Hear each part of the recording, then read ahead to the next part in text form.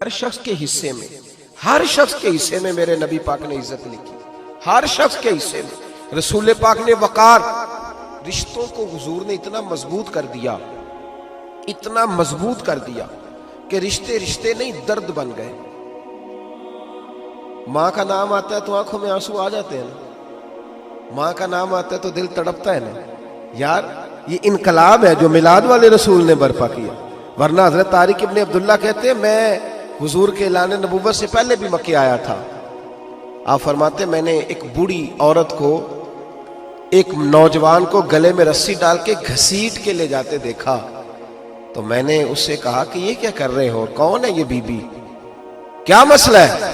تو وہ کہنے لگا جی میری اماں ہے، بوڑھی ہو گئی ہے، کسی کام کی نہیں رہی تو بیچنے جا رہا ہوں، چلو کسی کے برتن جب مانجے گی تو میرے تو پاس کچھ نفع آئے گا نا بیچنے۔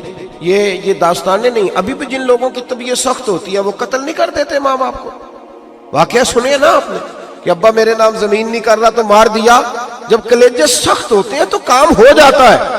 ایک طرف وہ منظر تھا اور ایک طرف یہ منظر ہے کہ حضرت حلیمہ سعدیہ رضی اللہ تعالی عنہ، ان کا نام نہیں ہے حضرت حلیمہ کا مسلم شریف میں، وہ امام زرقانی نے لکھا ہے، ورنہ مسلم میں یہ روایت اپنے اصل انداز میں موجود ہے۔ حضرت ابو ہریرہ رضی اللہ تعالیٰ عنہ فرماتے ہیں کہ جناب حلیمہ بوڑھی عورت، سادی عورت، اگر آپ کبھی معاشرتی لحاظ سے حضرت حلیمہ کا انداز دیکھیں گے نا، توجہ ہے میری بات پر، سمجھ آ رہی ہے آپ حضرات کو؟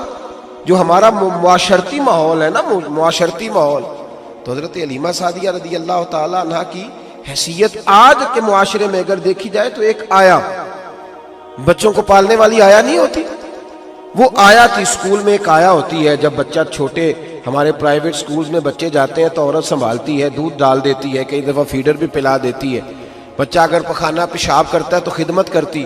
یہ عورتیں اس زمانے میں چھوٹے بچے لے جاتی تھی، پالا کرتی۔ تو بتانا دائی کی، آیا کی، میں مثال دے رہا ہوں، اور نرس کی کیا حیثیت ہے معاشرے میں۔ اور حضرت حلیمہ سعدیہ جب نبی پاک کو واپس لے کے آئی تھی تو چلو کچھ نہیں، لیکن نہ کچھ معاوضہ بھی انہیں حضرت عبد المطلب نے عطا کیا تھا، جناب آمنہ نے انہیں کچھ، ایک معنی یہ بھی ہو سکتا تھا کہ پیسے دے کے یہ کام کرایا، معنی ہو سکتا تھا۔ آج جو گھر میں اماں برتن دھوتی ہے اس کی کیا حیثیت ہوتی ہے، وہ تو بیچاری جن برتنوں کو دھو کے ہمیں دیتی ہے، بعد میں انہی برتنوں میں ہم انہیں کھانا کھانے کی اجازت نہیں دیتے۔ لیکن میرے رسول پاک نے رشتوں کو عزت دے دی، اس طرح کی عزت دی، اس طرح کی عزت دی کہ جناب حلیمہ مسجد نبی کا دروازہ گزری ہی تھی کہ حضرت ابو ہریرہ فرماتے ہیں نبی پاک منبر پر اٹھ کے کھڑے ہو گئے، رسول پاک کھڑے ہوئے، نبی پاک۔ میں کبھی کبھی یہ روایت دیکھتا ہوں تو میرا دل کرتا ہے میں اپنے آپ سے پوچھوں، میرا دل کرتا ہے میں اپنے یاروں دوستوں، خطباء سے، واعظین سے، پیروں سے، مشائخ سے پوچھوں کہ تو بھی بتا، جب تو شاگردوں کو پڑھا رہا ہوتا ہے اور تیرے ابا جی آتے ہیں تو کبھی اٹھ کے کھڑا ہوا ہے؟ اپنے جیسے لوگوں سے، اچھے علماء کی بات نہیں کرتا، کبھی سوال کروں۔ یہ بڑا مشکل کام ہوتا ہے، بڑا مشکل کہ عالم دین تقریر کر رہا، والد آ جائے، بندہ اٹھ کے کھڑا ہو۔ لیکن رسول پاک نے عزتیں دی، وقار دیا۔ جناب حلیمہ داخل ہوئی تو حضور منبر پہ کھڑے ہوئے اور اتنی تیزی سے حضور آگے بڑھے، اپنی چادر کو اتارا اور پھر میرے رسول نے زمین پہ بچھایا، اور پھر حضرت حلیمہ سعدیہ بیٹھ گئیں۔ اور جناب ابو ہریرہ فرماتے ہیں جتنی دیر نبی پاک ان کے سامنے بیٹھے رہے، اتحیات کی حالت میں بیٹھے رہے۔ حضور نے رشتوں کو وہ وقار دیا، وہ حسن دیا کہ رشتے درد بن گئے ہیں۔ اب ماں کا نام دل میں بعد میں آتا ہے، زبان میں بعد میں آتا ہے، آنسو پہلے آتے ہیں۔ اب ماں کا رشتہ ایک وقار ہے، ایک حسن۔ الحاوی للفتاوی میں امام جلال الدین سیوطی رحمت اللہ لکھا ہے، فتح مکہ کے بعد نا کمال ہو گیا، وَرَأَيْتَ النَّاسَ يَدْخُلُونَ فِي دِينِ اللَّهِ أَفْوَاجًا، فوجوں کی فوجیں دین میں آ گئیں۔ ایک زمانہ تنہائیوں کا ہوتا ہے، ایک عروج کا ہوتا ہے۔ عروج کے زمانے میں بڑے تعلق، بڑے رش، بڑی باتیں۔ اب حال یہ تھا فتح مکہ کے بعد کہ پہلے تو ایک آدھ آدمی کلمہ پڑھتا تھا، فوجوں کی فوجیں آتی۔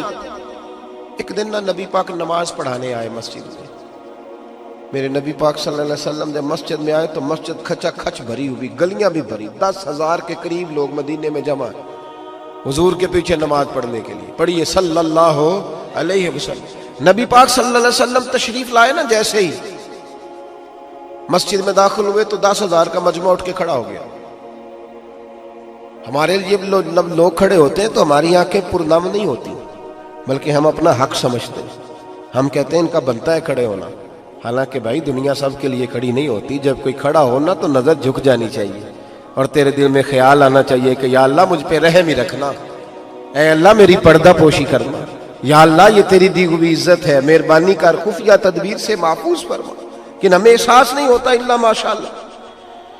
اللہ کے محبوب داخل ہوئے تو 10,000 کا مجمع کھڑا ہو گیا. 10,000 آدمی کھڑا ہو تو ایک کیف بنتا ہے. تو میرے جیسا آدمی تو ویس کوٹ سیدھی کرنے لگ جاتا ہے نا کہ بڑی شان ہے جناب، کالر ٹھیک کر لو، دستار سیدھی کر لو، کیا بات. اتنے لوگ بھی کبھی کسی کے گاڑی کے پیچھے بھاگے.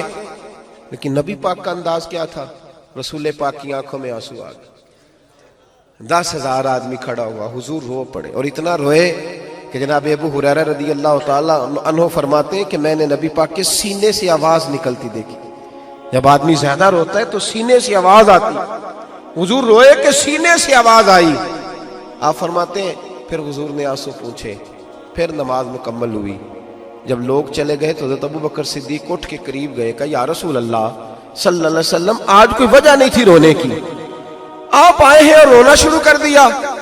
تو میرے محبوب فرمانے لگے آج جب میں نے اپنی وہ شانیں دیکھی، وہ مقام دیکھا تو مجھے اپنی اماں کی یاد آ گئی. ماں کی یاد، رشتوں کو وہ عزت دی، وہ وقار دیا، وہ حسن دیا. کہاں نماز کے لیے لوگوں کا کھڑا ہونا اور کہاں اماں کی بات چھیڑ دینا. میرے حبیب فرمانے لگے مجھے اپنی اماں آمنہ کی بات یاد آئی. میری ماں نے تو وہ دور دیکھا تھا جب وجود پہ کپڑے بھی پورے نہیں تھے، دل کرتا تھا آج اماں موجود ہوتی، میں نماز پڑھانے آتا، اللہ اکبر کہہ کے نیت باندھتا، سبحانک اللہ کے بعد سورہ فاتحہ پڑھتا اور سورہ فاتحہ مکمل پڑھ لیتا کہ میری اماں آمنہ کو کوئی کام یاد آتا. وہ پردہ سرکا کے کہتی بیٹا محمد میری بات تو سننا. تو محبوب فرماتے اللہ کی عزت کی قسم میں نماز چھوڑ دیتا، پہلے ماں کی بات سن کے آتا. میں چھوڑ دیتا نماز. وقار دے دیا، وقار، وہ حسن بخشا، وہ توانائی بخشی. کہتے پہلے تو حضور رو رہے تھے نا، جب حضور نے وضاحت کی تو پھر سارے رونے لگ گئے، پھر سب رونے لگ گئے. پھر اپنا اپنا درد، اپنا اپنا ذوق، اپنا اپنا شوق. کیوں نہیں تو ماں کو عزت دیتا؟ کیوں نہیں تو چند گھڑیاں باپ کو ٹائم دیتا؟